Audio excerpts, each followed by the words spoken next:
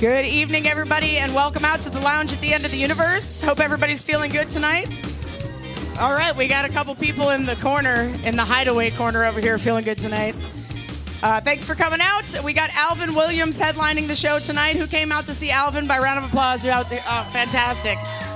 Fantastic. A couple of quick house rules, everybody. Please take a moment to turn your cell phone to silent or turn it off. If at some point, though, you want to check in from here, I can wait. That's not necessarily a bad thing, unless you snuck out and you're not supposed to be out, in which case, don't do that. All right, outside of that, please keep your table talk to a minimum, just because this is still a theater environment that you're in. Take care of your wait staff. You'll notice there's ways to order drinks on the table where we don't have to close talk, because, there's still a pandemic going on, and you guys are out, and we love you for that. But yeah, just write it on the little slip of paper, stick it on that little fork, and the cocktail servers will come around and turn it into a drink. All right, without further ado, you guys ready to get the show started? Fantastic. All right, our opening comedian tonight you may have heard her on the Fire Wolf podcast or Kill Tony, came all the way from Joshua Tree, California. Please give a big round of applause to Christy Belich.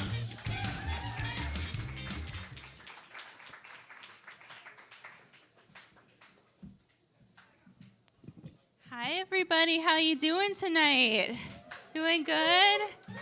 Welcome. I appreciate you guys coming out during pandemonium. That's really fucking rad. My name's Christy. I've basically just been on the road this whole time.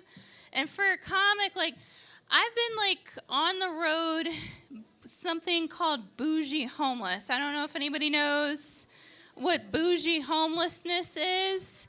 But basically, bougie homeless is when you order Grubhub to a gas station at 2 o'clock in the morning, but it's on a promo code, one of those promo codes that goes to your email and then it's a secret promo code, So I get organic orange chicken at the same place that I wash my asshole, basically. Which is the saddest thing ever. I haven't had, basically at the beginning of this bullshit, and Idaho is way different. Idaho, I notice people are really chill. I've only been here for about 24 hours. And you know what? And I'm leaving right after this. I'm going. It's not that I don't like Idaho. It's just it's very suburban, and it's almost like Pleasantville to me. It's just when's it going to be black and white at some point? And it's just going to be go back in time into the time warp here at the end of the universe. But so basically, I moved out to Los Angeles on January the 9th of this year by a Greyhound bus. At the time, I didn't have a car, so I just took a Greyhound bus from Baltimore, Maryland to Los Angeles, and it was just me and all these dudes that got out of prison with neck tattoos. And they all asked me to marry them. I never felt so beautiful. They were just hey, girl, what you doing on this bus? I was same thing you are, trying to get the fuck out of where I came from, So, if you ever leave where you came from, you know how it feels. It's you're fuck you. And then COVID happened, and I was fuck me, This shit sucks ass. But one of my best friends, I call him Little John because he's a twink and he's so cute, He has that little fro, and he's just fuck me in the ass, I love him. But he called me. He's hey, do you want to come out to Joshua Tree and get the fuck out of LA? Because LA's a lot different. People are freaking the fuck out about this whole shit. They're just we're going to die. But the weirdest thing is, even in LA, I went back a couple weeks ago to do a show, and Starbucks is on lockdown. It's just plexiglass everywhere, and everybody's terrified. And when I went to go get my iced coffee, because I am as basic bitch as it gets, as soon as pumpkin spice latte season comes out, I'm just put it in my vein as soon as you can, But I was in Starbucks, and I walked up. This is in Los Angeles. Went to ask the barista. I was hey, I want my iced coffee. And she's do you want it sweetened? And I was fuck yeah, I want it sweetened. She's like, did you know there's 6 pumps of sweetener in a venti? And I was like, then give me all of them. And I realized and she had her mask, there was plexiglass, the terror in her eyes. When I asked her to put 6 pumps of sugar, she was just like freaking out. And it made me so sad because even in LA, they are still basic hoes enough to be terrified of sugar when there's plexiglass trying to keep us from getting a deadly virus, you know? It's just like, I don't know, backwards thinking, I guess, still, you know? But I did move out to a place, it's actually not Joshua Tree. I moved to less bougie part of the desert called 29 Palms, California. And, okay, we've Ura, Semper Fi, anybody? All right, there we go. Usually there's a few of, so I moved onto a marine airfield, like in the middle of the rural desert, like just couldn't get away from society enough. I was like, the world's gonna end. I need to get the fuck out of here. And basically what I became during quarantine was what I like to call Walmart pregnant, you know? Unlike Jesus, who spent time in the desert and like got enlightened, I just got fatter, you know? Like in Walmart pregnant, I'll walk you through it. It just consists of a lot of like microwave pizza, canned wine, that's essential, and a clogged septic tank. That's it, you know? And I didn't know what a septic tank was until I moved out to the desert. But then I was told as I was leaving my desert house that it wasn't actually a septic tank, it was a cesspool. And when I don't know a lot about septic, but when the septic guy came up to me, I was just like, wait, what's a fucking cesspool? He's like, it's basically what you think it is. And I was like, wait, so I've been shitting into the actual desert of California this whole time? Did I like kill things while I was doing this? And he's like, no, look at the trees. They're really happy behind this house. So the things you learn during the times that you have to learn them, you know? I don't know. But I actually moved to LA 2 years ago, but I moved out with my now ex-boyfriend. And if anybody's ever had somebody who wasn't shit in a relationship and you kick them out because of codependency and because they don't pay their bills, that's basically what I did. I kicked his ass to the curb. I kicked him back to Baltimore, Maryland. But I found out through the grapevine that my ex-boyfriend is now fucking my now ex-best friend. Which sucks ass. It sucks ass. It's like against girl code. But the other thing is, as long as I knew my ex-best friend, she was always a lesbian, and this was not the motherfucking dick to change her over, you know? Like, that thing would look like a cattail. It was just, like, cocked to the side. You had to put Crisco on that shit. You had to 4 directions it. You had to, like, go to Home Depot and rev it up to get that shit to work. And this is the dick you want? Okay, you get down with your bad self, bitch. You know, just like, all right. The other thing is, because I'm a nice person, I have empathy, I donated my bed to his family, which means during this whole situation, all I can think of is these fucks are fucking on my old bed that has my period stain on it, you know? I know, it's fucked up. Fuck these people, right? The other thing is, it wasn't even like a welcome to your period, first day out the art store, pomegranate, red flowing blood period stain. It was like the chunky brown, you didn't wear your drawers to bed that night, you know, just Jackson Pollock all up on that Posturepedic. So if those little whores get pregnant off that bed, they better name that fetal alcohol syndrome baby after me. That's called a Tinder meetup story. I know, it's sad, it's sad. I hope I get to marry a doctor through that. It's called, there's credit karma and then there's dating karma. Sometimes I feel like I'm just an usher, you know, just go on to your next place while I sit here and watch you, you know? That was really sad. Did you guys watch the vice presidential debates? I feel like that's where it's at. That should have been a real drinking game. That's a real drinking game. Anybody watch them? Just, okay, a few of us. I know we're in like a college town. I will say this. I'm not going to get like way political, but I will say that fucking fly that landed on Mike Pence's head was a diva queen, okay? Like, that fly was the most, like, it brought every party together, okay? We have to thank that fly for being the shaman of the debates, right? And by the way, his hair, glistening. It looked, okay. His hair, I don't know, when it landed on his hair, I was like, who's his stylist? I really want that shiny-ass lock right there. But I will say, like, I'm a conspiracy theorist, and I feel like, hear me out, that maybe just the TV people CGI'd that fly on his head because it was a symbolic representation of the mentality of the American people in all media forms. Basically, that fly healed America. But I don't know. With the debates, I feel like global warming's a thing, right? We know that global warming's a thing, I think. I guess because, you know, Greta Wild Thornberry told us all with her pigtails. But I actually was wondering something. I know they're pretty on point pigtails, too. They are as, like, I am 16 going on 17. The world is gonna melt down, you know, like. But I wonder if global warming is just Mother Earth going through menopause, you know? And like the Pleistocene period or wherever where there were giant ferns and Jesus rode T-Rexes to church.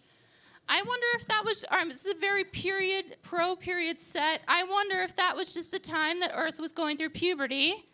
You know, and now we just fuel our cars with the ExxonMobil, Spooge, Period Blood, Sinclair, Dino points, blood of Mother Earth just raining down upon us, like ritualizing us, you know. But maybe that's why there's a new psychedelic movement going on where, like, you know, there's mushrooms and ayahuasca and DMT because Earth is just sending out signals like, fuckers, wake up. Get these Chick-fil-A wrappers off the ground, you fucks. Do you see what you're doing? There's like 10,000 plastic things in one thing. Fuck you. Build better spaceships and move to Mars with Dad. He was never here for us anyway. I was doing the work the whole time. The point of that story, did I hear a boo? Fuck Earth. I'm gonna go to Uranus. A lot of people do. That's why I but only the special ones get to land, you know?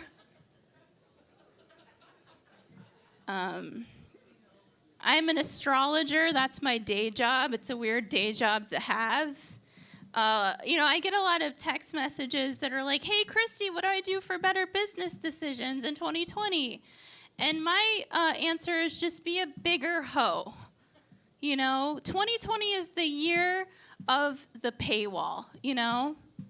Like, if you put yourself behind a paywall, get some coconut oil, and keep that ass clapping, you're good to fucking go. Don't go to college. Don't waste your money. Put a 20% off promo stamp, tattoo that to your left ass cheek, keep it moving, keep the cycles going. And the same is if I decide to run for Congress one day, I would make prostitution 100% federally legal across the board. And yeah, because the reason is, I feel like if we had prostitutes that go and, like, say, become a nonprofit organization to fuck the cops into submission every day, maybe it would make cop shootings, like, a lot less, you know? Maybe we'd get, like, pacified, happy cops and be like, Desiree, you want some dental care? All you gotta do, honey child, is dough Officer Smith's nuts in the morning. Yeah, and people are like, yo, Christy, you're anti-feminist. What about female cops? And I'm like, duh, those batons have length and girth. Everybody's good to go. So, I know it's exciting. We live in a cool world these days. Okay, I am so appreciative of being here, and thank you for coming to the show tonight. Our next comic up is such a badass bitch. She actually let me do some time at the top, so I'm really appreciative. Coming to the stage, badass, runs this room, amazing comic, Miss Jen Adams. Keep it going for Christy Belich.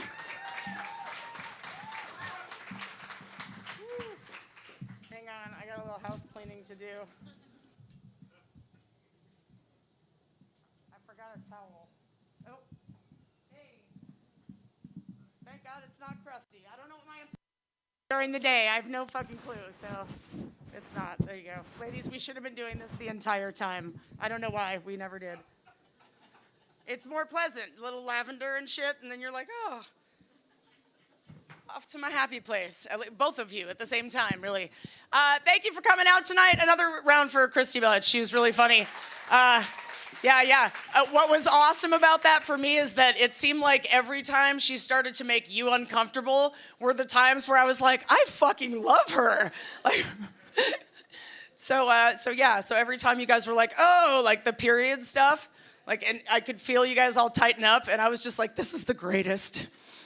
And I think I feel very, very different than a lot of people for that reason. I have been running this club. How many of you guys came to see Alvin tonight specifically? Perfect. Cool. And how many people just saw all my ads on like the 208 buy, sell, trade on Facebook? Oh, perfect. Okay. Awesome. I put tickets up next to people selling livestock and shit because that's what the pandemic has done for my business. For real, no, yeah. It's like, you want to buy a border collie? Also, hey, look, there's a comedian in town. Like, just completely non sequitur shit. How are you guys? Are you guys good? Are you? Oh, good, okay. Cool. Good for you guys. I'm going a little crazy. I moved here by accident. Right? Like a long time ago, like 14 years ago. Yeah, when I make a mistake, I fucking stick to it, man. So, and then I had a kid I wasn't intending to have, and then I opened a business, and then a pandemic happened, and now I'm homeschooling. Was that like a woo of so are we, or like a woo of that is fucked? Like was that your version of like, I'm blinking twice, get me out, get me out. Oh my God, woo, fucking caca, just fucking make it stop.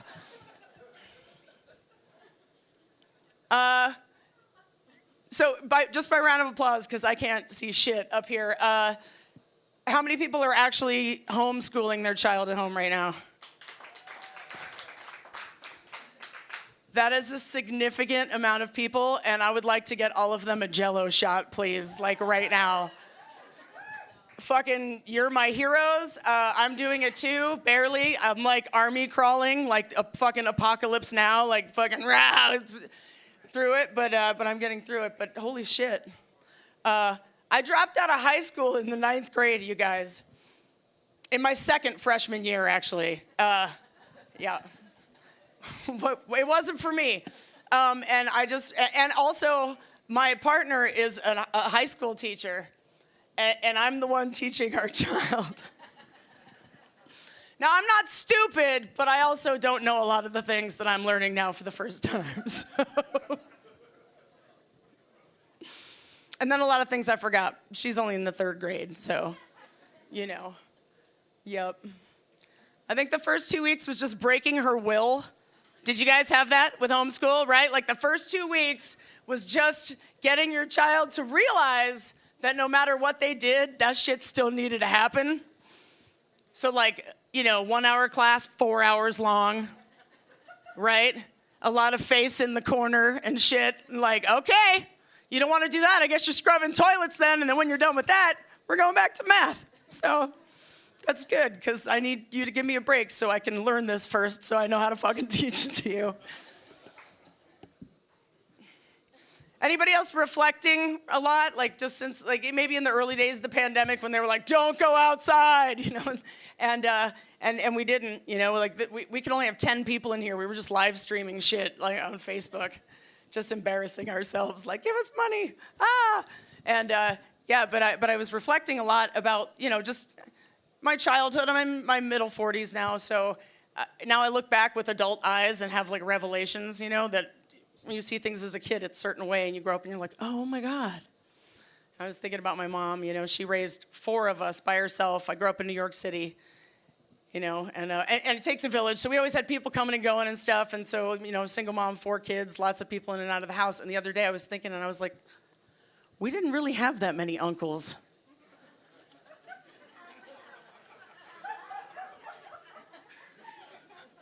Oh. That was like the 1982 version of Tinder. It's Uncle Lou, there's Uncle Joey, there's Uncle, like, fucking swipe it. Damn. Just glad to know my mom was able to handle her business. That's not even true. She's such a fucking prude. I just do that joke so she'll be mad at me and be like, why do you make me look like a hoe? Because it makes you mad, and I still think that's hilarious. It hasn't stopped being hilarious since I was like 13. So, and that's why I'm homeschooling, you guys. That's the curse right there. Right back around. No, I've been reflecting on my grandmother too, all the women in my life, you know. I used to go visit my grandma all the time, and they would, you know, she'd get us doing stuff like we'd hook latch rugs. She taught me how to knit, crochet, you know, all that stuff, embroider. And the other day I was thinking about it, and I was like, oh shit, I worked in a sweatshop. Okay, who knew? It's beard season, guys. Beard season. Actually, in Idaho, I've noticed it's actually always fucking beard season. Even in the summer, I've seen some commitments on you guys. It cracks me up that you guys, they're thick too. More power to you. I don't. Maybe that's what that is. Is that like an extension of like, this is my beard? I don't know. But yeah, it's funny though, because like big beard and then like, you know, like the super skinny peg leg jeans and like a fitted flannel. I believe that's called lumbersexual. That's an actual term that I've heard.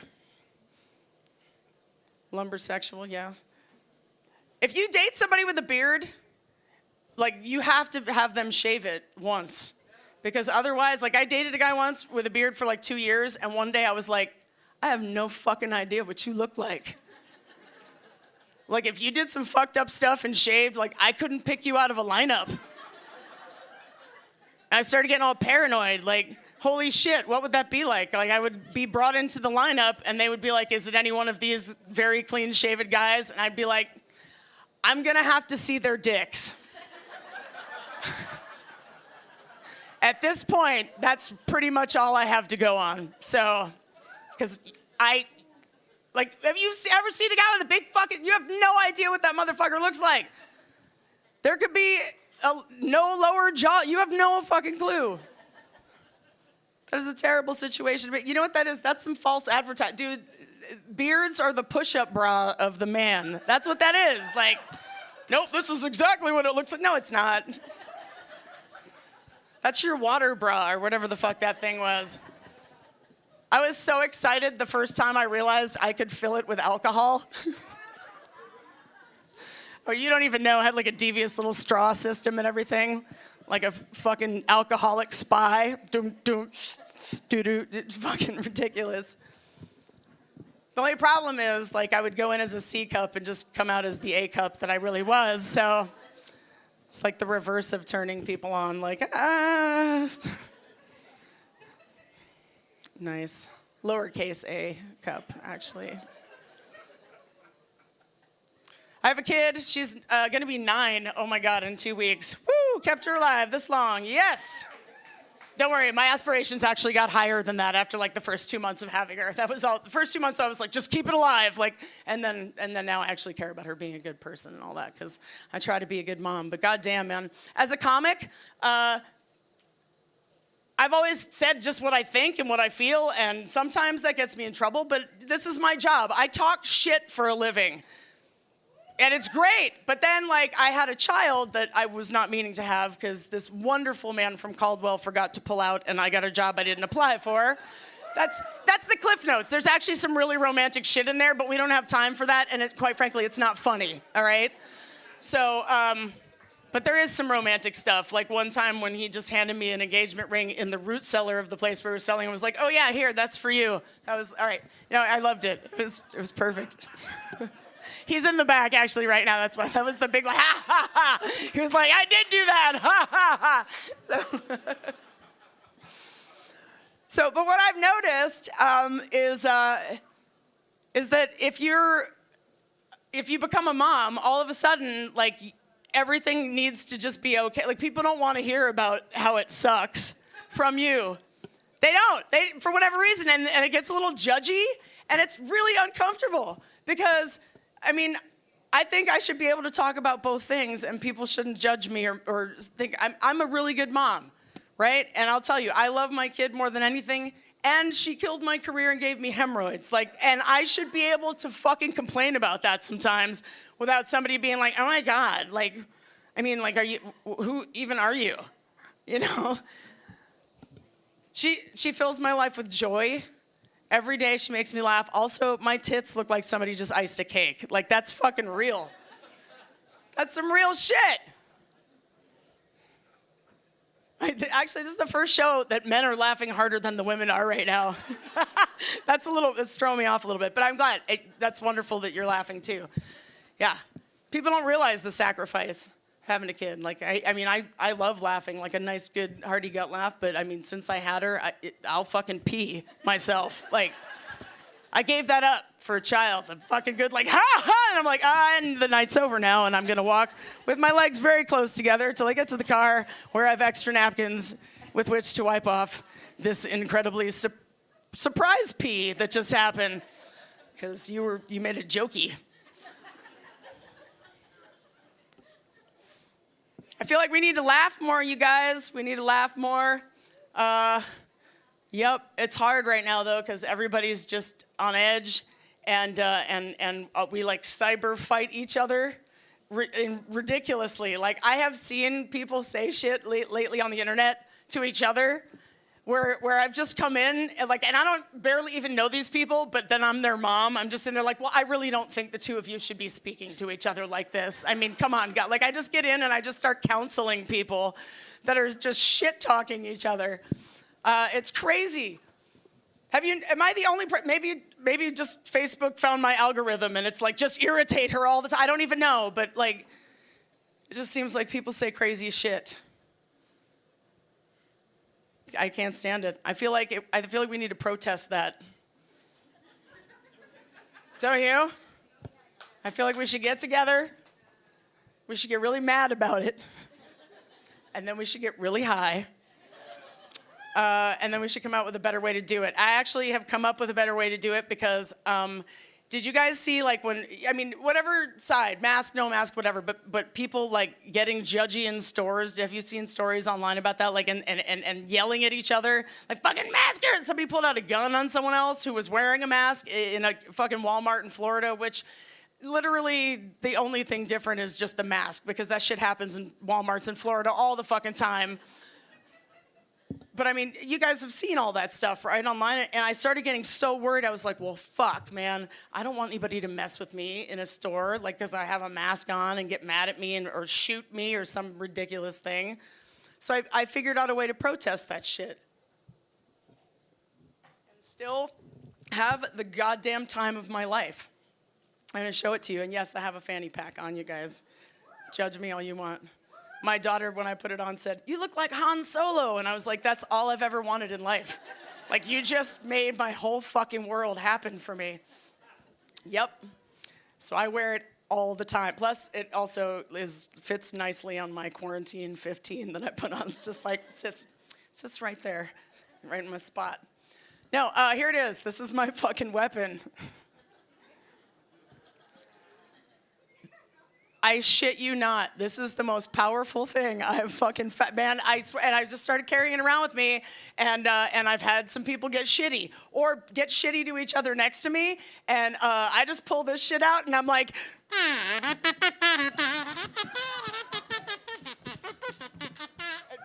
and people don't know what the fuck to do. They have no fucking idea. just look at you like, what just happened? The Muppets just came to town. And I'm like how can you possibly get angry if somebody has just changed the context of what you're, I mean, and shitty day, grumpy, whatever.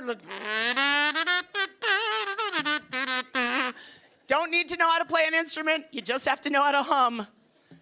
But then I started thinking about this because I have a lot of friends who are single, and some of them are hooking up. Is anybody in here doing like COVID time hookups? Like pandemic hookups? Are you doing pandemic hookups? Oh! He raised the other guy's hand. He was like, this fucking guy is. And the thing is, you know, we all already knew that. This isn't really a comedy show. We're actually all here for you. We're worried about you. You're fucking way too many fine hoes. And it's a pandemic, dude. Quite frankly, it needs to stop. So if you could just let all these people, they love you. They've all written letters. They're all gonna read them one by one. And yeah, if you could just let everybody know that you're done fucking fine honeys during COVID, that would be good. Are you ready to take that step? I am. Perfect. All right. Okay. Well, good. Thank you for being a good sport. I completely forgot what I was talking about, and it doesn't even matter. I just play myself off. Yeah, no, if you are hooking up during COVID, make sure you bring one of these with you, because it's really, really a lot of fun. Just make sure you smuggle it in. And also, by the way, if you are COVID time hooking up, doggy style only. There's no facing each other's shit. Like, you can't fuck around. Then you get in that position and just be bent over and just kind of have it. And like maybe like every fifth one, just be like,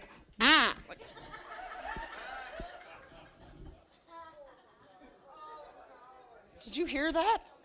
Right? Just build it up like. You could have a lot of fun, guys. So I have some of these in the back. If you want one, I'll give you one. I will absolutely, please, fucking.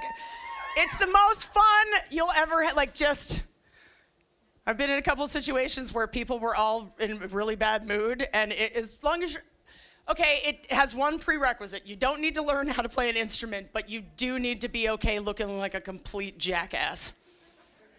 If you're that person. Okay, yeah, just saying. All right, now I'm just being ridiculous. All right, I have to do a joke, and then I have to leave the stage because we all came here for one particular person. And that person's name is Alvin WIlliams. Yep, there you go. See? That's my closer. I just say your name and fucking put my hand up, and that's it. No, Alvin and I have known each other for a really long time, 13 or so years, or whatever. And I'm not gonna get all like, it's been fun to watch him grow. No, but he knows. I mean, I come from a pretty big city, so does he. And we were talking about it, and I was like, I think my comedy is just crazy for a lot of reasons. But I mean, I think one of them is just I went through stuff so early in life. I mean, I had sex for the first time when I was 13 years old. Smoked my first joint when I was 13. Drank my first beer when I was 13. I know. That was the best Chuck E. Cheese I have ever fucking been to. All right, I'm gonna get out of here. You guys ready for Alvin, because he is gonna take the stage. Excellent. All right, well, I've already said the guy's name. He has a special coming out. Am I even allowed to tell people about that? Yeah, he has a comedy special coming out on Prime and a few other streaming services. We're actually gonna do the premiere here. My very dear friend, and also just a comrade in comedy and one funny motherfucker, Mr. Alvin WIlliams.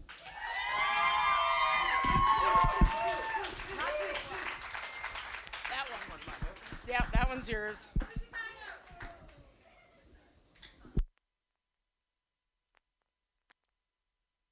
One more time for Jen Adams, please. It's my homie. What's up, beautiful people? How are you? That is Gonna have to fucking do. All right, I'm happy to be here. I was worried, because, like, I'm hungover, and I was worried about my energy, but you all are clearly hungover, too. Like, it's not just me. What the fuck? Hi, it's Saturday. Remember Saturdays? It's a Saturday again. We're all in this, we're role-playing right now. I used to be a comedian. I demand you all, like, act like an audience again. Remember being an audience?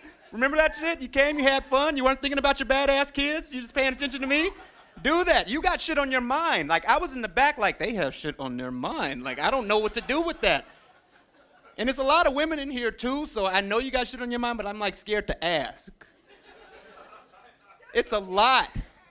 Huh? Okay, all right. Remember hecklers? Remember hecklers? Remember how that went? That's cool. Okay. Anybody else? Anybody like, I used to be a hooker? Like, okay, we'll do that too. Anybody?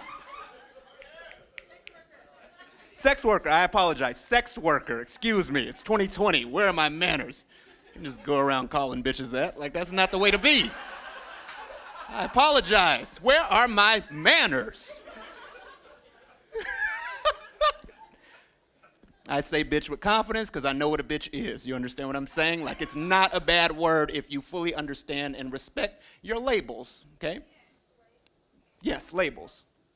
There are only 3 types of women in the world. Life is that simple if you allow it to be. Now, if you do not hear your description in one of these labels, I promise you, you are not actively listening with your heart. Hear me. There are queens. Queens are the women who deserve and command respect by the way that they look, think, act, talk, and treat other people. There's nothing more beautiful than when you have a queen in your life. If you have a woman in your life that you think is a queen, you don't even know, but she might be a queen, step up and keep her in that realm. Treat her like the queen that you think she is. She will become that queen for you. There's also bitches and hoes. I think oftentimes people get the last 2 confused, you know, because like they seem the same. They're not the same. They're not the same. They're completely different. A hoe, by definition, is anybody who is willing to have sex with everybody. And a bitch is anybody who tries to stop that hoe. You understand what I'm saying? You better let her be her. It's 2020. What's she got to lose? Am I right, queens? Am I right, queens? I can see you. You bitches still don't know who you are. Like, that's a damn shame. Like, I'm here to uplift you. Can I have anything to drink? Anything. It doesn't matter. Just anything. Well, okay, I have those. I meant alcohol. I have a whole. I shouldn't have said anything. Okay. All right. No. Well, hey, boo, that's yours. I'm talking to the. But thank you. No, I'm sorry. Hey, I've missed you. It's good to see you. I'm a pimp. Did you see that? Like, somebody give me their full beer. Like, oh, this is wonderful. Like, thank you. Your wait staff, they're freaking awesome. Okay. This is a toast to you. Feel free to join in and love yourself with me. Okay? A toast to the people who came out and made this a show tonight. This is you all. Okay? Huh? Yet you what? You finished your beer that you were toasting? Oh, he's a premature finisher, everybody. Like, you should have waited. You didn't let anybody else have their joy. Like, you just finished your shit. Like, yeah, we're good. We're all good. So grateful for each and every one of you all. You all don't get it. You all don't know what it's like out here. I was working 42 weeks a year for the last 6 years straight. I had 10 weeks off every year, and I would spend them either at home or with family and friends around the world. And it was that important to me to spend my free time with people that I loved. And now I have so much free time. It's not that special anymore, you guys. Like, I love you, but it's like we got time. So it's like I used to cut people off for flaking on me, and I don't do that anymore. Like, I think this is a better realm to be in. because everybody's energy is different right now. So sometimes you want to see somebody, you make plans, and then all of a sudden you don't want to see them anymore, like, because you don't know what's going on right now in your head, but like sometimes you're just down, and it's okay. Even the government knows when we're down. Like, they're trying to uplift us. We're so sad the government felt sorry for us. They were like, hey, aliens were real the whole time. Did you know that? They were real. I know we treated you like an asshole for over 60 years and told you that they were fake. No, we got tapes. We have tapes. Give them the tapes. Show them the tapes. And we were like, hey, look, can I get $600 this week or not? Like, it's just... And they were like, hey, we don't think Epstein killed himself either. Matter of fact, hey, we got his girlfriend. We got his girlfriend. She's gonna tell us who all the pedophiles are. Huh? And we were like, okay, $300. Can I have $300? We don't care about anything anymore. Like, they have the queen of pedophilia in jail and she's gonna report, and we just don't really care. That's important. This is the best time ever to catch pedophiles, and we're still not doing it. This is the best time ever. We got all the resources, but we have to be active. We have to be alert, because this is the best time, because if you go back in the past, it becomes worse and worse. The further you go back into the past, pedophile was just a thing that rich people did. In Greek and Roman times, all those famous people that you quote to sound smart at parties, Plato, Socrates, Aristotle, they were pedophiles, all of them. What the fuck does that even... You are the back. Shut up. I'm clearly making a point. I know, but it's weird the way you agreed. You said they're not hearing you in the back, but like, you heard me. Stop it. No. Because I don't want that to happen again. Well, okay, sorry. Like, I didn't mean noise, but like, if you say something, I just want it to make sense. That's all I require of you. My point is, they're not gonna be quoting us 500 years from now to sound smart at parties if we don't step our shit up. You think you're gonna be at parties 500 years from now? Yes, I believe it was the great R. Kelly that once said, my mind is telling me no, however, my body says cool. Like, it's 500 years later, he's gonna fuck up the quote. And some asshole with a wine glass, we didn't hear you in the back. Like, I'll say it again. Like, my mind is telling me.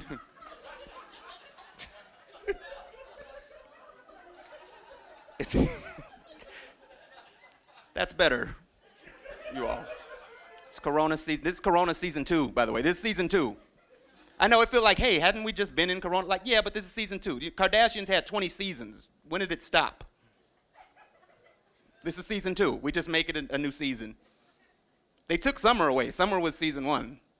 They just took, summer ended like Game of Thrones. We were like, hey, what the fuck? Like, I had more questions.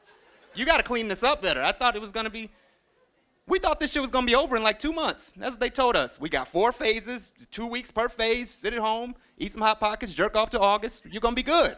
We got this in the bag. We did our part. Don't blame yourself. You were not the reason for failure. You were not. We didn't know what was going on, man. Like, when is it gonna end? They took away our summer at the blockbuster movies that we were supposed to have, like Bat. This Corona has us messed up, man. It's like, what's gonna happen? What's gonna happen next? We don't even know. Then they put our kids back in school, talking about herd immunity. You know what herd immunity is? It's when you herd immunity, vaccines ain't coming for another 1.5 years, so just put your kids in school so you can eat the Hot Pockets and jerk off in peace. They don't need to see you day drinking all day. Put their asses back in school. It's all good. What a terrible way for your kids to find out you didn't like them that much, like the whole time. That is just awful. Feel for them damn kids, man. I knew Corona was gonna be a problem. Like, right in the beginning, I traced back my steps. I remember on New Year's Eve, the Pope had a big State of the Union he was gonna do. The Pope Francis. and he was walking through the crowd of people, and I don't know, do y'all remember this happening? There was an Asian woman that reached out and tried to touch his hand, and he smacked it away. And he like started yelling at her in Italian. He was like, "Oh, we do the touching," or I don't know whatever priests say, but like he was like, I knew right then. I'm like, uh-oh, that's. I don't know what he said. His energy was fucked up though. That's not Pope energy. You're supposed to have Pope energy. When I was a kid, the Pope got shot, forgave the shooter, and just got a new car like 50 Cent. Like, that dude was the man. This dude's smacking away people who just want healing. She bought her Pope ticket like everybody else. She just wanted to touch him. How do you think she feels about God now? The Pope smacked her hand away specifically. She went back home and tweeted, "God unfriended me." It was a sad moment. Damn herd immunity. And they're doing these antibiotic trials. They want to inject us with something. I don't know. They don't know what. I'm not anti-vaccine, by the way. I am anti-first trial of a vaccine that's rushed to market. I am that. I'm anti-guinea pig. You're gonna inject me, I grow an extra dick out of my arm. It's gonna be on my own terms. You're not gonna give me another dick for an arm. I'm not saying this. If you have a dick for an arm, I apologize. It's dark. I apologize. Get upset at me. I will fuck him up. That's a dick for an arm. You understand?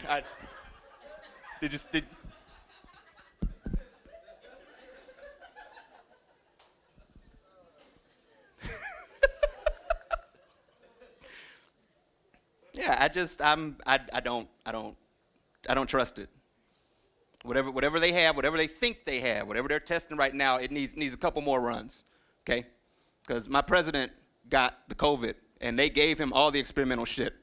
And then he marched his ass out there on the White House lawn looking like he just won a fucking hot wing challenge when he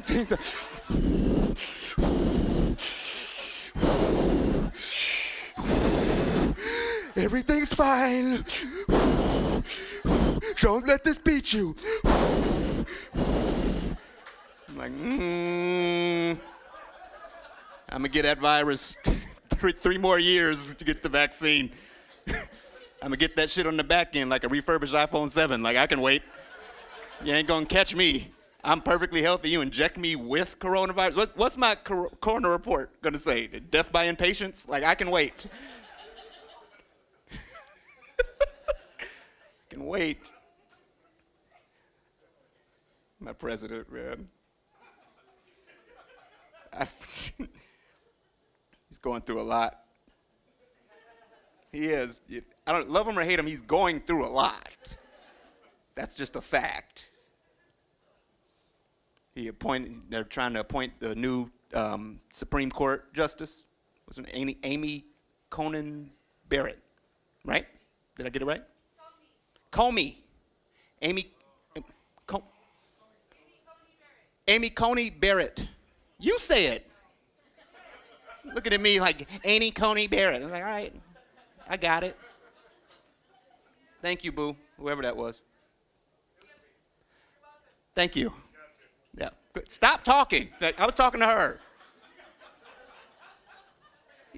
He shouldn't take credit for what you did that. You stand up for yourself. He's like, yeah, she's welcome. Told your ass about talking. Did you snort over the abuse that I just showed? They were having hearings for her to see if she's fit to be the next Supreme Court justice, and they were asking her all these abstract questions, trying to catch her up. Like, do you believe in global warming? Do you believe that it's going to affect us? And she was, not trying to be political on it. She answered it pretty well, but it took like 4 hours. I would have asked one question. Yes, do you think having 7 kids was a good idea and show of good judgment? Follow-up question, what the fuck is wrong with you? You have 7 kids? She has the same amount of kids that the Miami Heat playoff roster had. You get that, right? She has enough kids to make the finals. 7 kids? Whose idea was the 6th one? Like, there's a cutoff point.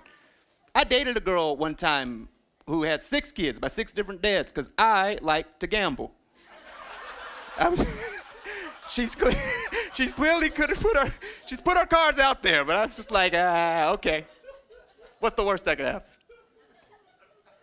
It's a bad idea.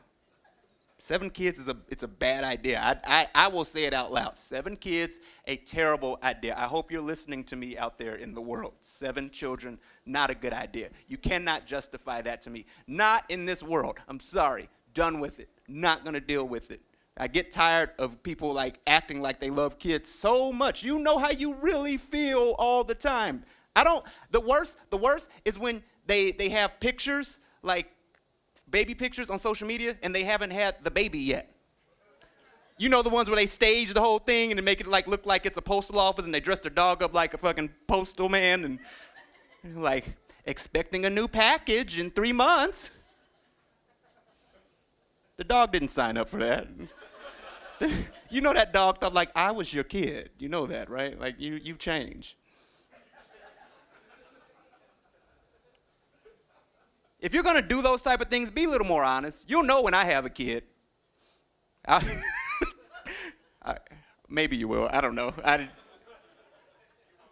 If I have a kid, I'm gonna post on social media. My shit's gonna be honest. I'm gonna dress my dog up like the Grim Reaper. Say, little dream killer coming in 2 weeks. Their dream kids kill dreams. That's what KIDS stands for, killing individual dreams silently. Like, that's what it stands for. Y'all are judging me with your... That's petty. That's petty. I apologize. I know a lot of you have kids in here, and that's fine. That's fine. That was your choice. When you have those kids, man, like I get frustrated really easily. It's nobody's fault in here. I've been by myself a couple months and I get petty. I get real like social media. Like I'll post something that I think is funny. Like I'll say something, I'll do a joke, and I think it's funny, you know. And like I just sit there and wait because I know it's funny, and they should know too, and they should show me. And then there it starts. Laugh emoji, right? That shit feels good. The first one that you get, like, yeah, okay, somebody's on board. You know what I'm saying? Then you get a second one. Then you get a third one. Have you ever had it? You posted something, like a joke that you made, and you get like 10 straight just laugh emojis? And then some asshole gives you a like? I've blocked people for that. Like that's... You're a monster. You know what the fuck you did. You saw me pitching a no-hitter. You saw that. You wanted to be the one to ruin it. It's petty. That is what I said, yes. I like your version better, though, because like, I sound crazy in yours. She was in the back. He said, ooh. Like, is that what I sound like? Because to me, I sound normal as shit, but if I sound, you all got to tell me.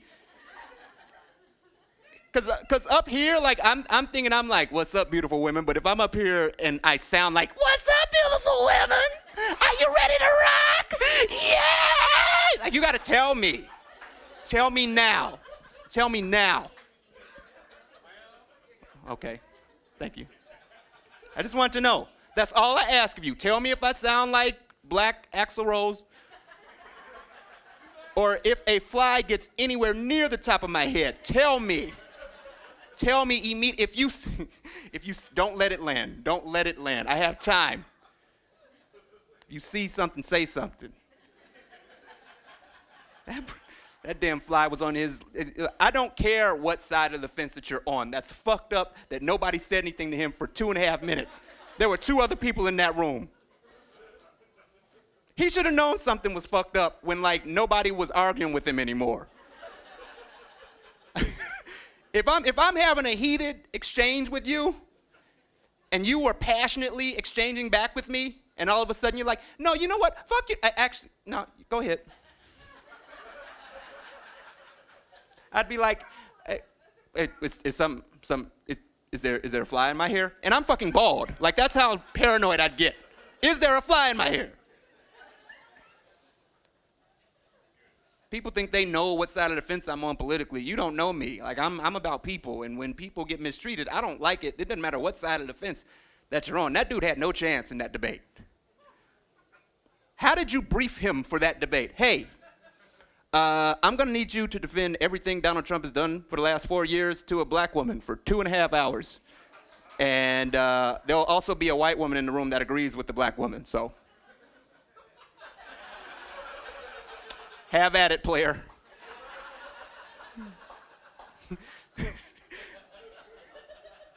That was too easy. Kamala knew. What was Kamala's briefing like? Hey, just don't roll your eyes and say nigga please for 2.5 hours. That's all. That's all. That's all. She barely made it. She barely made it. She was about to say it before that fly hit. She was like, oh, no. Go ahead.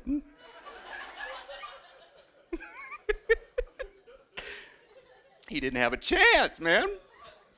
It's a losing battle. I know losing battles. I date chicks in their 20s. I know. That shit's dumb. That's dumb. Why? I'll explain why. Have faith in me.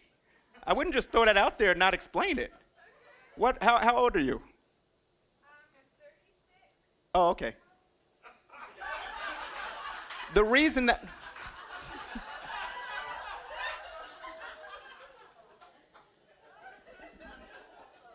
Did I do something wrong? Like that's... Okay. This doesn't involve you. Like, you understand that, right? This is not your problem. Let me bash the 20-year-olds for a second, and I will get back to you. I'm 36 too. We done been through some shit. Like, we can talk. We know shit. 20-year-olds don't know shit yet. Find the smartest 20-year-old and you have found a dumb 40-year-old. Like, it's the same mentality. They talk exactly the same. It's the same. And it's not their fault. It's not their fault. You have not lived long enough yet to have any experiences that really, really thwart. A woman in her 20s, they have the same lifespan as a professional athlete with the primes. It's the same. An athlete from 20 to 29, that's their prime. Women from 20 to 29, no matter how you slice it, the world is going to be your oyster from 20 to 29 when it comes to men. That's just how it is. Shut up. Like, I'm trying to explain this. I'm just hearing, oh, and like, I'm not the one responsible, you know.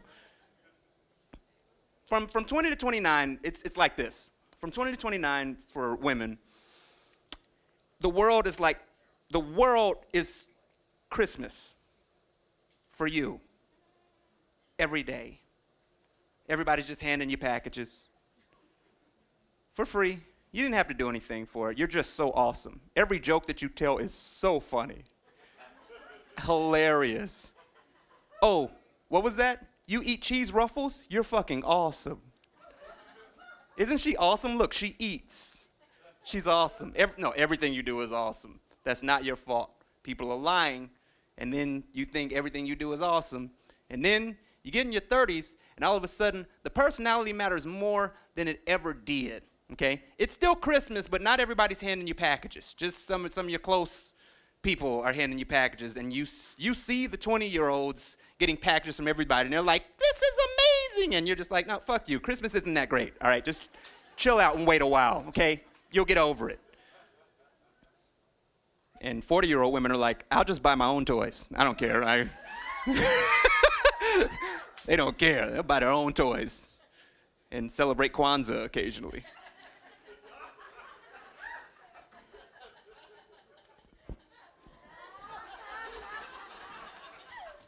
Do I have to explain that one?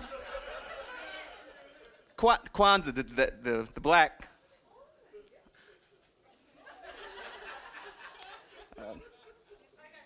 thank you. That's all I needed. That's all. That's what my theater coach told me that a long time ago. If you can just reach one person, that's a shitty joke. Like, try again. Maybe flesh it out. Because Kwanzaa, it's like she's going to black. She's sweet. Right? There we go. Little delayed, but I will take that. I'll take a delayed, oh my God, instead of an instant. Like, I'm cool with that. She's celebrating Kwanzaa. It's my Kwanzaa dance.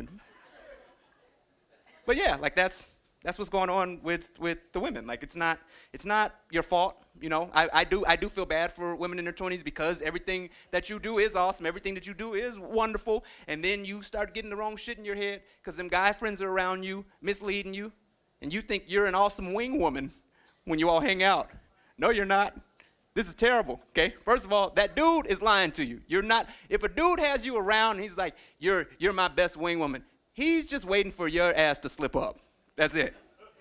Yeah, now, I know, this is really honest in here. I can feel the buttholes puckering as I talk. Like, I get it, okay? Your guy friends want to fuck you. Having a guy friend who you're not romantic with is like walking around with a retarded tiger all day long, okay?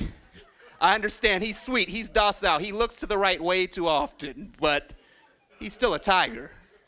Watch yourself. Careful when you feed him. He mistakes your hand for a bowl quite a bit. Just watch that. You don't need to be nobody's wing woman. He has to learn how to get his own food. You're not helping him. You're not. You're handicapping him. Don't do that. Just be cool. That's my advice. Any woman in your 20s in here, just be cool. Be cool. Guys in your 20s, be cool as well, all right? Don't be a dick. Don't believe the bullshit. You don't have to be an asshole to get the woman that you want. That's bullshit, okay? They're used to assholes. You can actually stand out by not being an asshole. You don't have to be super nice, but you don't have to be an asshole. Don't nag women when you go out and stuff like that. That shit's weak. That shit's over. Like, they have YouTube too. They know what you're doing. So chill with that. Just be fucking cool. Like, I'm cool because I know who I am. It's important to know who I am, you know? It's important for you to know who you are, like what you bring to a situation if you're trying to meet a woman. For me, I know I'm fun, right?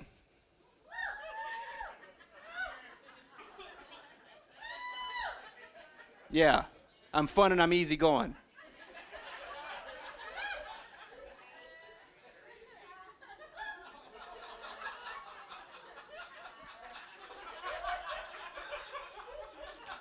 I'm fun.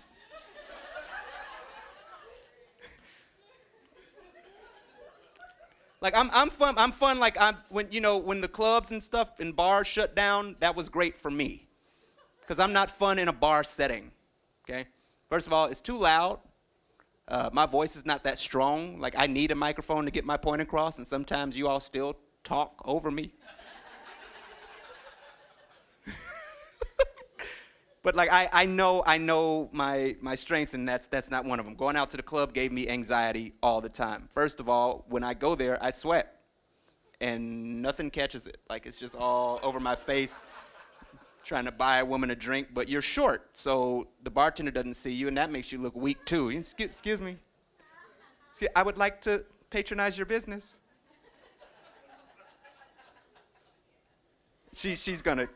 I'm gonna. Doesn't work. It's too loud. Like, my strength is if you actually hear my words, then you will like me more. That's my strength. So I can't be in a place where the music is just blaring and I'm like, bitch, are you having fun? Like, I can't. They can't hear me. I'd say that. And I can't dance. Shh.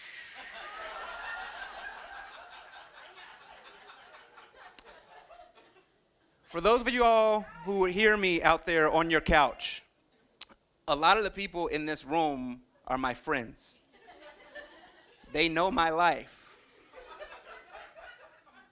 They're not just random assholes shouting awful things out while I'm talking.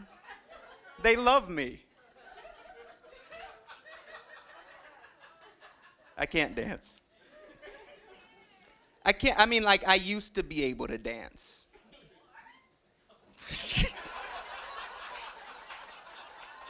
Her responses are fucking priceless. She's like a sound effect machine. I used to be able to dance. What? Yeah! This little John over there, okay? What? This I have to hear. Oh my God, your mind and your mouth need to have a conversation inside. She's trying to clarify herself. I was just saying shit without a microphone louder than you. I can't dance. I used to be able to dance, but they kept changing the dances. It's not my fault. The time that I grew up in, the dances were super easy when I was in college. Remember Lean With It, Rock With It? I could do that. I was dancing. Sometimes you throw it up. I could do that shit. Fat Joe had a song when I was in college called Lean Back. I say my niggas don't dance, we just pull up our pants and do the rock away. A lean back, a lean back. That's a dance. I'm leaning back. I'm not doing shit but this. This was a dance. We were one step away from sit your ass down. Like that's the next craze that was gonna come around. Oh, y'all know what's coming up. Grab the nearest chair next to you. I was ready. It's my dance. And I danced with women too. But also, I was like when I was a kid, it was during the back that ass up era. So like women were always directly in front of me. They weren't looking at me. They were just like this the whole time. And I'm just behind them with my non-dancing ass. Yeah, yeah, yeah, yeah. They don't know what's going on. I'm killing it.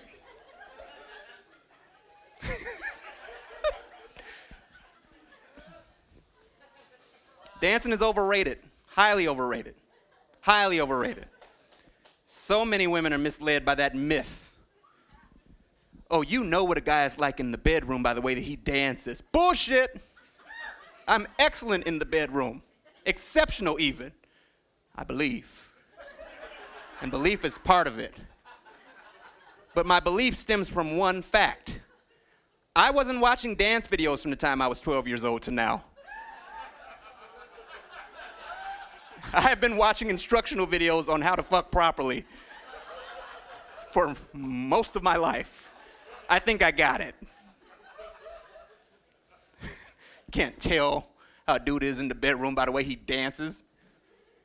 Did he promise to dance the entire night with you and then dance for 2 minutes and took a nap on the dance floor? You just sat there, you're like, what the fuck? Didn't even finish the song.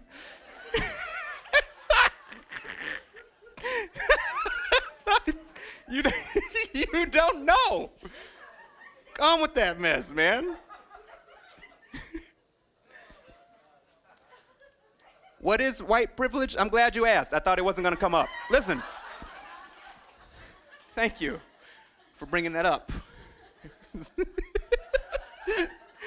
What's your concern? White privilege is the MyPillow guy. The MyPillow guy has a new book that he put out, and in the title, it's From Crackhead to CEO. That is white privilege. Because in the black community, it's from crackhead. That's it. You're a crackhead now. It's over. You are a crackhead. That you don't get to have upward mobility from crackhead. Matter of fact, they add crackhead to your name. Like, you're not Joe anymore. You're Crackhead Joe. It's an upward mobility thing. Like, it's different. The roles are getting switched, though. Like, things are getting weird. They had the protests and the marches and stuff. The Black Lives Matter marches that were going on all over the world. And I was in North Idaho. And I'm like, well, that's not going to happen here. And it did. They actually marched. There were two sides and everything. The people that were for Black Lives Matter and the people that weren't for Black Lives Matter marched for me, I guess. Like, I don't know who else it was for. Like, how do I not take that personally? Like, yes, fight for me. Yes, I'm the only one here, yes. That was justice for Alvin. Like, that's real. My friends were sending me screenshots and shit of them marching. You try to not have a boner arm from that. That meant the world to me, man. They marched. I was like, wow. I never thought I'd see the day where my black ass would be at home talking to my white friends, talking about, be careful, there's cops out there. I have a house robe on. Be careful. You white kids, be careful. There are cops out there. They will hurt you. I was worried about my white friends, all that marching. The rules are changing, man. Black lives matter. White lives matter. Mexican lives matter. Blue lives matter. Here's the thing. When you say blue lives matter, there's not blue people, it's the uniform. So you're saying the uniform matter. You're like a dry cleaning enthusiast at this point. Like, it's not really a movement I'm ever gonna be on board with, because it's just you're saying the uniform matter. But it's a uniform. I don't give a shit about the uniform. I give a shit about you. You, the person. You matter. Uniform, I don't give a shit about. I don't care about that. Teachers matter, right? Don't they? Yeah. Teachers absolutely matter. But let's just say, occasionally, there was a news story popping up about a teacher shooting a kid in the classroom. Like, he didn't raise his hand, but, I mean, she didn't really ask the question loud enough, and so capped him. Just one teacher. Just one. One out of all the millions of teachers did that. Teachers matter. You supporting that movement, right? Not sure anymore, are you? Yeah. Yeah, that's what it's like when I hear the Blue Lives Matter thing. It's like it doesn't matter what you feel about it. It's just there's other facts that come along with it. So there's no way you can't just stand on the sidelines anymore. That's what I do like about 2020. You have to speak your opinion. You have to let shit be known when there's other factors to consider, all right? Like those people who say, I don't see color. I'm over that shit. How is it only you saying you don't see color? Like every other race sees color but you. You don't see anything wrong with you saying. You actually think it's a good thing that you don't see color. Listen, if I have a peanut allergy and you don't see peanuts, my life is in danger by fucking around with you. You can't identify peanuts? Not any people. Like if we're hanging out, you can't. What if peanut is written on the bag? You can't recognize it? Like this could kill me. And you're like, hey, peanuts kill a lot of people, all right? Not just you, okay? All allergies matter. You understand? Can't do it. Won't let you do it. You got to get canceled. It's time for you to see color like the rest of us. Do you remember Dorothy in The Wizard of Oz? That shit. Find the color in your life. We got stoplights that have colors. You drove here. You got here safe. So you see some colors. Yeah. It's important to me. It's important to me. Because I don't want to live in a world where people are blind to what's going on right now.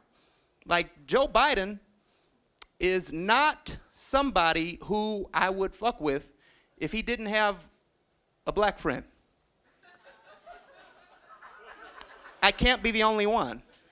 I don't believe for a sec. He doesn't have a black friend either. He has the black friend, okay? He's got the black friend. That's the only reason that you fuck with him, if you do fuck with him, is that, all right? But I don't trust all that. First of all, yeah, okay, it's like, okay, I feel like I shouldn't have to explain myself that much here in Idaho. Like, you all have one black friend. Like, all of you. All of you have one black friend. You're like, no, bullshit. I know a lot of black people. No, you know a lot of black people. That's your black friends' that you know. Like, you know that, right? You have one black friend. Trust me, you might know a lot of black people, but only one of them black people has your back over everybody. That's your black friend. You treat them good, man. Your black friend will keep you from danger. That's what we do. They keep your ass, they keep you out of danger. I'm telling you. Love your black friend. When's your black friend ever got you into a bad situation? Ever? Got you almost killed? Never. Now, as a black person, there's a couple of black people in here, when have your white friends almost got you killed? Think about it. All the time. Yeah. All the fucking time, especially here. I'm not talking about guns or racism either. I'm talking about nature hikes. Fuck you guys. Trying to kill me. Bears, bees, poison ivy, walking up hills, diabetic in the sun, trying to kill me. You know it's bad out there. Quit going out there. That's dangerous. Did you all see that video of the dude who he was filming and a mountain lion walked up on his ass? Did you all see that video? The mountain lion was like, why are you here? Like the mountain lion, and then this was his reaction to the mountain lion. Don't hurt me. He made himself a dog. Like the mountain lion watches Looney Tunes and Tom and Jerry and shit. Like that meant shit to the mountain lion. Like you're still peeing yourself. This is why that same person, I promise you, 5 years from now is gonna be like writing a book or telling other people how he survived a mountain lion attack, which is the same shit that happens to you all when you all go on nature hikes with a guide who tells you how to survive a bear attack. Because they know. They really know. No, you don't. You don't know what made that bear not kill you, okay? You are getting educated based on what somebody did when they didn't get killed, okay? That's all. I've heard some stupid shit. I've heard when a bear walks upon you, you just got to make yourself big and go, hey, bear. Hey, bear. No, that is somebody who was scared shitless who got lucky that day. And they're trying to tell you that's how you survive it. Yeah, and then you piss yourself and curl up in a little ball. Like, no. It's bad information. And I'm being negative. I apologize. I shouldn't be negative, okay? I'll give you a positive story. You can wrap your mind around positivity. Here's something that really perked me up. There's a story about a priest in Louisiana who got arrested for having 2 dominatrix sex workers with him and having sex on the altar. Yeah. No little boys were harmed in the making of this story. That is progress. I don't care how you slice it. Like there was consent, there was payment, job creation. It's a big ass deal. They created jobs. You all should be on board with that, man. Speaking of creating jobs, you got to find the value in yourself. Now, I'm talking to the men right now. Did you know that they're giving you $35,000 if you were to donate 1 testicle? That's 1 testicle, not both, 1. $35,000 per. You are literally sitting on a nest egg right now. Apply yourself.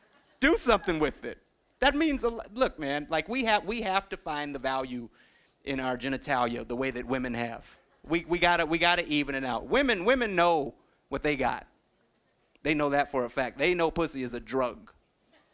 They got it down to a system. You know, yes, pussy is a drug. Why does he have to say pussy? Pussy is a drug. It's pussy, not vagina. Pussy is a drug, okay? Nobody brags about getting vagina. You brag about pussy. Okay, know the difference. A vagina is something you have. Pussy is something you give. I'm preaching in here right now. Do you hear the words that are coming out of my mouth? A vagina is something you have. Pussy is something that you hone and give as a gift to the world, hopefully. Give it. Give of yourself. Always replenishes. Never loses value. It's beautiful. It is a full-on drug. And dick is a drug too, but dick is a drug like sugar's a drug. Like it's everywhere, it's easily available. You feel better when you don't have it, you know? You do. Women feel better when they don't accept the dick. Like, you know, I feel good about myself. I feel powerful. I didn't need that dick. That's a grand thing, grandiose. Find the value. We got to find the value because there's no penis and pussy is like they're. If you had a bag of pussies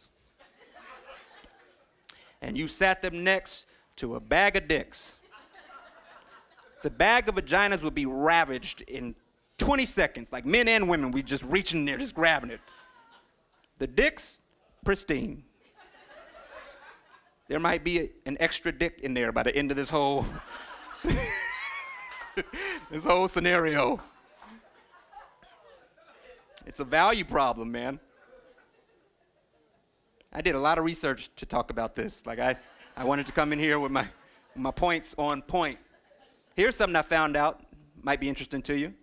Did you know, in order to get a sex change from a man to a woman, the average rate of the operation costs $10,000.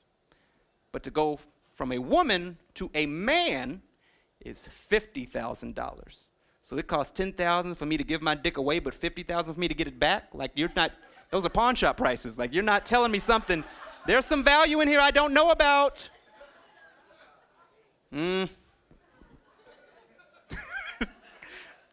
These things are important, man. It's a value thing. If you value yourself more, then you're more likely to be comfortable with yourself, and you're more likely to be honest with your significant other. Like that makes a difference. When you're out there in the dating world, just be honest with each other. See what comes back to you, man. You don't know unless you start practicing honesty. Now, women, I want you to do it the most, because you all have the most options when you're out there. Just every now and again, just throw some true honesty out there. Just like, look, I'm here because I love free dinners. And I'm tired of working for it. There's nothing wrong with saying that. Like guys respect real. Like when it comes our way, it will make you stand out. And dudes, do what you can. I can't even say it. You have no chance. You gotta lie. Lie your ass off. Do whatever it takes to get it, man. You only live once. Say it. You're rich. You own a boat. Who gives a fuck? Now's the time. Yeah, you're a doctor who owns a boat, and your boat is named Dr. Boat. Like, you just, whatever you need to get what you need, it's time for you. I just want honesty. If there's more honesty, we got this. We can do this. Don't judge men for lying to get sex either. We're just kind of, that's how we're wired. Like, yeah, you're not better than us. Like, you all lie about sex too. You just lie at a different time. Men lie about sex to get it. Women lie during sex to end it. You're not better than us. You know who you are. Oh, damn, Zaddy. Oh, there it is. Oh, you are the king. You know how many kings we got in this room? Right now, how much royalty is spread around here? You're not the king. She has shit to do. There's a load of clothes in the dryer. The buzzer's gonna go off in 2 minutes, so wrap it up. King Henry of House Quickie. It's time.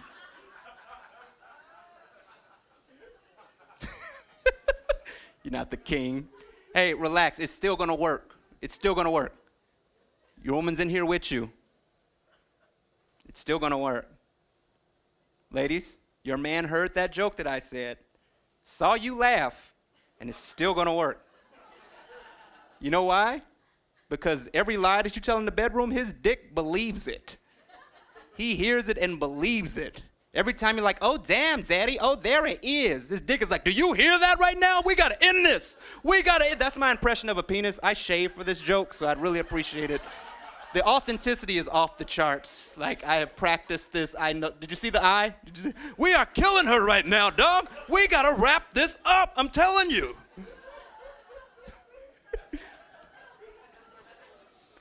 I apologize if that joke divides the room in half. Because clearly that was an impression of a circumcised penis. So, hey, we are killing her right now, dog. What did she say? What did she? He can't hear. He cannot hear. I promise you that. He can't hear shit. He's just hoping. What? What did she say? We killing that, huh? We good? You feel better? Everybody feel equally represented in that? Hey.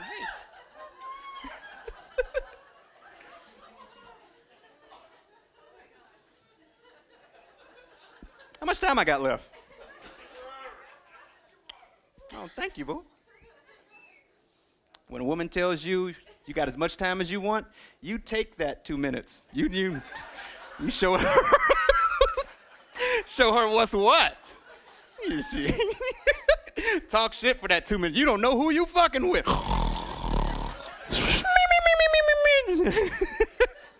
I'm struggling with this button. I can't. Taco meat going on. All right, there we go. All right, cool. There we go. That was Jen who told me, take as much time as you want. Like this is it's like deja vu. Jen, shut up. This is heartwarming shit that I'm about to say. Jen and I, she gave me my first paid gig ever. It was 13 years ago. Yeah. It was December. I'll never forget because it was a Christmas gig. We went to Twin Falls, and it was like this martini bar and Turf Club had a giant martini bottle, martini glass on the deal, on the moniker, and I was nervous because at that point I don't know what you know about what it takes to become a comedian, but that was like my first couple months into doing comedy, which means I had a hot 3 minutes of jokes that I was bringing to the table, and she needed me to do 30. And like any comic who's been around for months with experience, I said, oh, I got that shit. Like, you sure you just need 30? Because I got this. And I went there, and I was nervous, like my stomach was in a knot the whole time. And Jen is just the coolest customer, right? And I've always looked up to her because she took somebody like me in who I thought I didn't have a career in comedy until I went on that gig with her, and she believed in me, and what did I do, 15 minutes?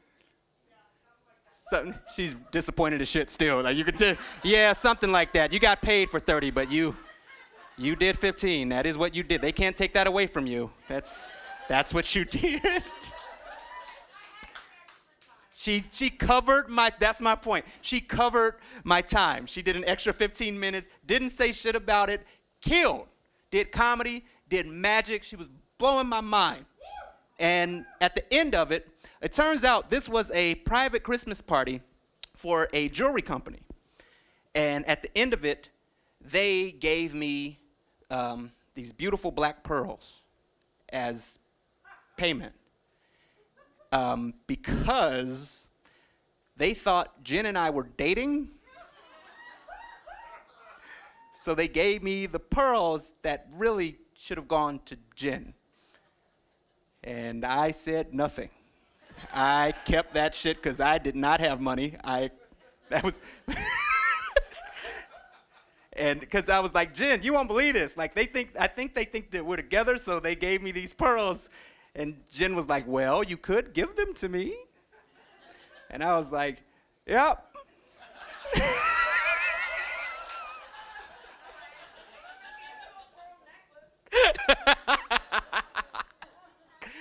I kept it, and she might think I'm an asshole to this day. I kept the pearls, but I've kept those pearls. I've moved 3 different times. To different, I was in LA, I was in Denver, I'm back in North Idaho now. I keep the pearls. They asked me how much are they worth and have you gotten them appraised? And I said, I don't need to get them appraised. This is the most valuable thing that I'll ever have. So, thank you.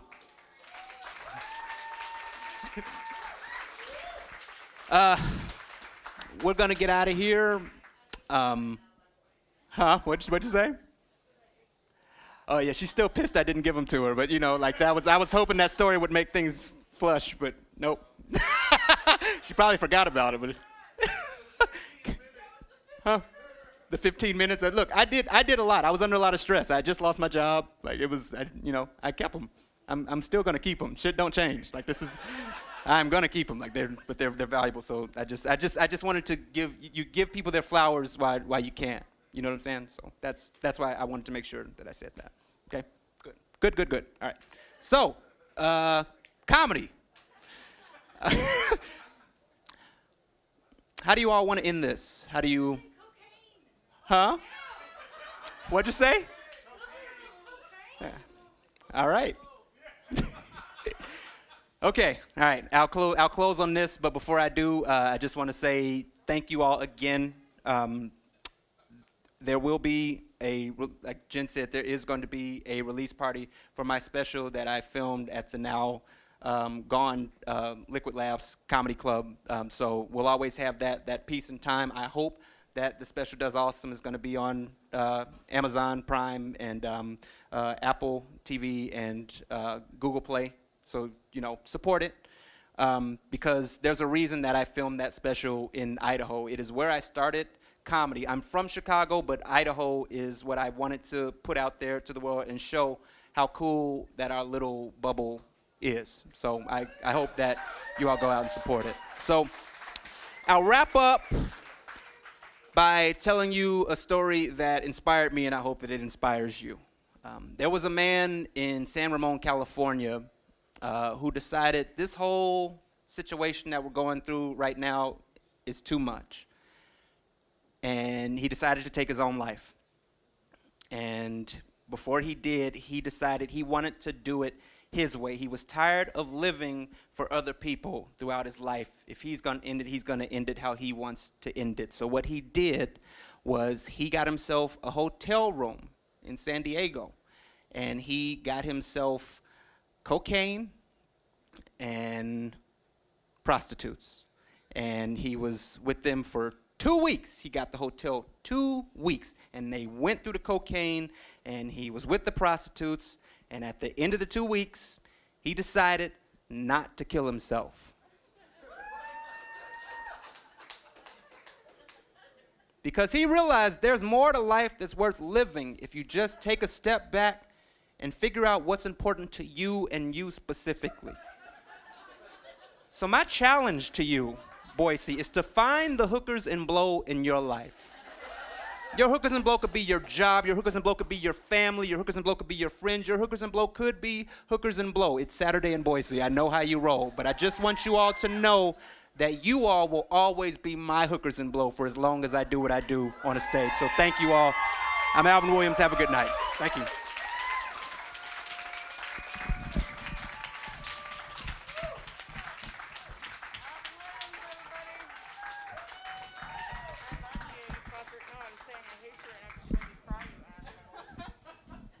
Alvin WIlliams, everybody, keep it going for him.